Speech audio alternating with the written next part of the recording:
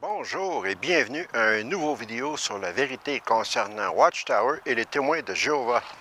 Comme vous pouvez le voir derrière moi, je suis présentement dans les montagnes rocheuses au Canada.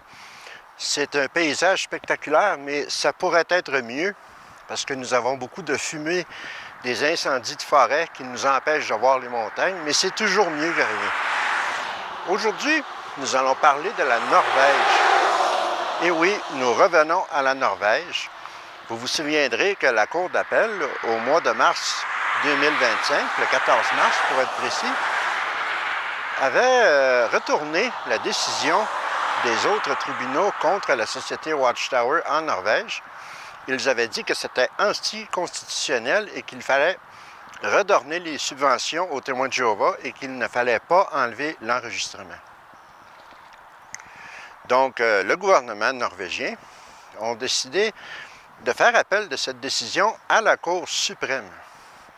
Et est-ce que la Cour suprême a accepté d'entendre cette cause? Eh bien oui. Le 26 août passé, la Cour suprême de la Norvège a choisi d'écouter cette cause.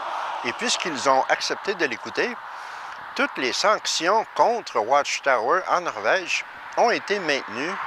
On ne leur a pas redonné d'argent. On ne leur a pas redonné leur enregistrement.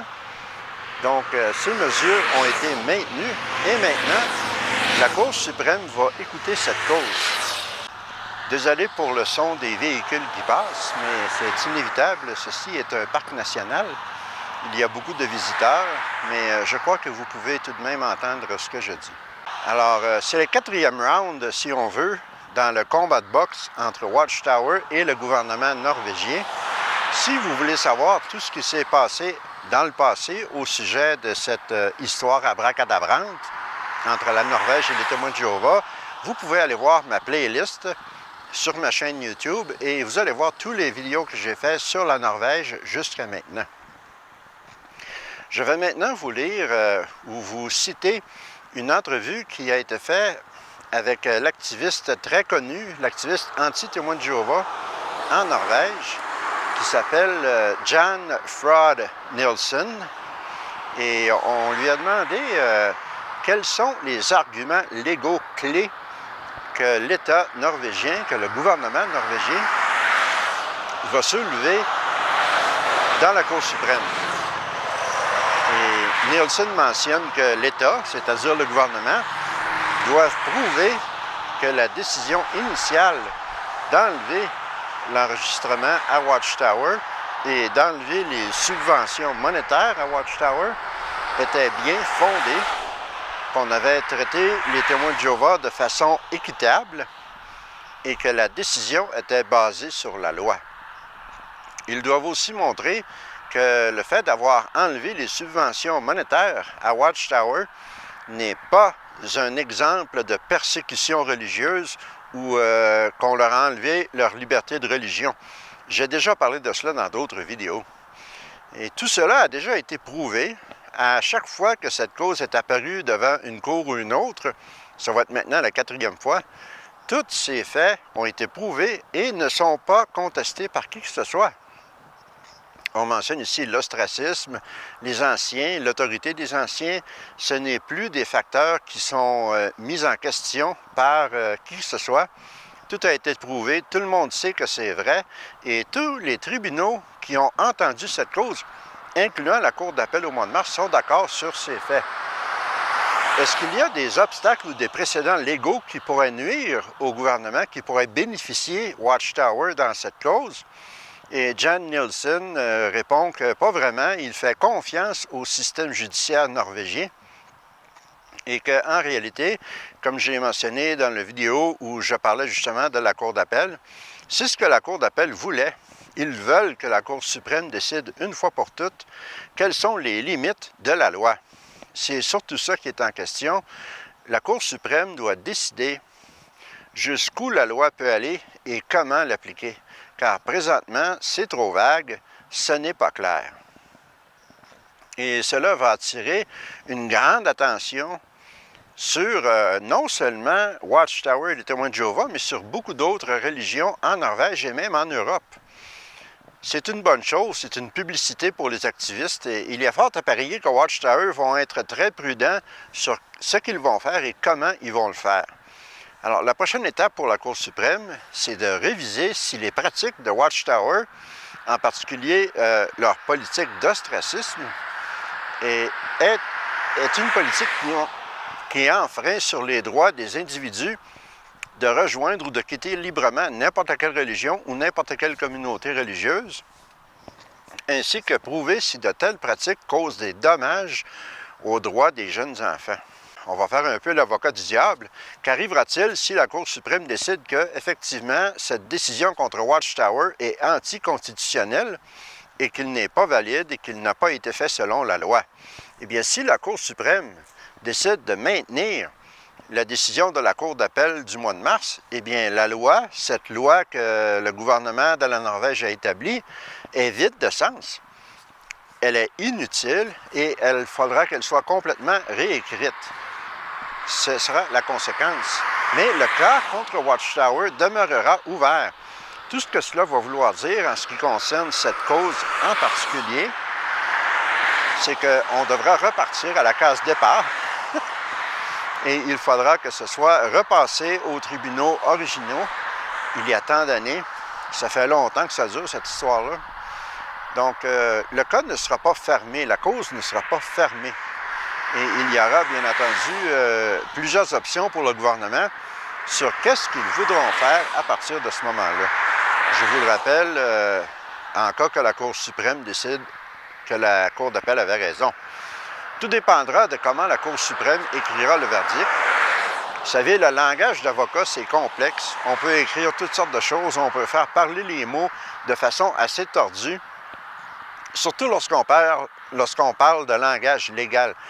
Il y a des fois que ça peut être incompréhensible. Et il y a plusieurs scénarios où le verdict pourrait donner aux deux parties des gains et des pertes. Il y a beaucoup de façons différentes que cela pourrait aller. Ce n'est pas une question de coupable ou non coupable, c'est beaucoup plus subtil. En ce qui concerne les 4 ans de passage aux tribunaux que cela a duré, Jan Ford Nielsen, qu'il est toujours surpris à quel point les témoins de Jéhovah ordinaires qui viennent en cours et qui sont assis avec lui écoutent leurs avocats qui renient des faits de base des témoins de Jéhovah, comme exemple l'autorité des anciens. Ils disent qu'il n'y a pas de règles ou de règlements. Tout le monde est libre de décider ce qu'ils veulent faire. Ils sont assis là, ils écoutent ces mensonges éhontés et ils n'ont pas honte. Et cela, je crois que ça fait partie de la fameuse guerre théocratique.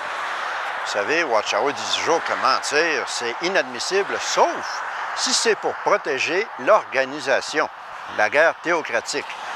Vous avez certainement entendu cette expression, alors ça, c'est un exemple frappant.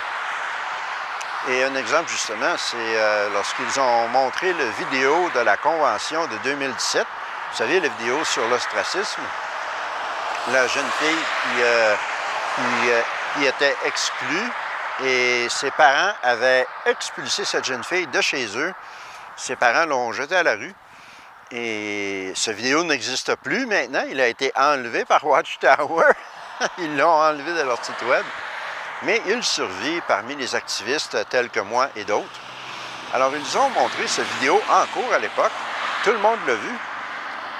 Et il y a un témoin de Jéhovah qui a témoigné et il a dit que la vidéo, ce n'était pas de l'instruction, ce n'était pas des conseils et ce n'était pas de l'apprentissage pour les témoins de Jéhovah. C'était seulement un exemple parmi tant d'autres de comment une famille pourrait décider d'agir. Autrement dit, ils ont mis le blâme sur la famille et non sur l'organisation. C'est de la bullshit. Watchtower sont très clairs sur ce qu'il faut faire en cas d'exclusion. Et c'est encore un exemple de guerre théocratique.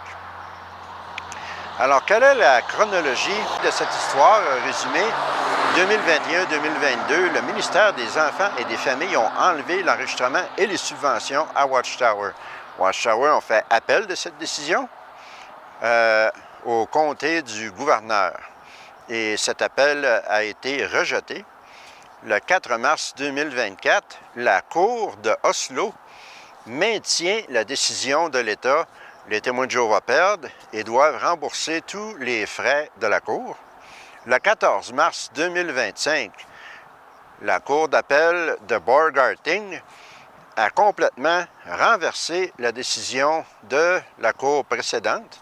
Les témoins de Jéhovah ont gagné et finalement, le 26 août 2025, il y a quelques jours, la Cour suprême a donné la permission à l'État de faire appel et maintenant, la cause sera entendue à la plus haute cour de la Norvège. Quand exactement, je ne saurais vous dire. Nous allons avoir plus d'informations dans le futur, mais ça devrait être assez intéressant de voir qu'est-ce qui va se passer avec cette histoire. Alors, ceci conclut le vidéo. Il est très court, une dizaine de minutes, mais je suis dehors et je veux profiter un peu de mes vacances, mais je voulais vous faire une vidéo intéressante et éducationnelle et spectaculaire. Comme je vous l'ai dit, il y a beaucoup d'incendies forestiers en Colombie-Britannique présentement. Et ce que vous voyez, ce n'est pas de la brume, c'est de la fumée d'incendie. Ça sent le brûler. Donc, c'est décevant, mais c'est tout de même assez beau à voir. Et maintenant, je vais vous montrer un petit vidéo du paysage ici, la rivière qui coule dans la vallée. Et la prochaine fois, je vous ferai une autre vidéo à partir d'un autre paysage spectaculaire en Alberta cette fois-ci. Et d'ici là, je vous souhaite une bonne semaine. Prenez bien soin de vous et à la prochaine. Maintenant, regardons le paysage.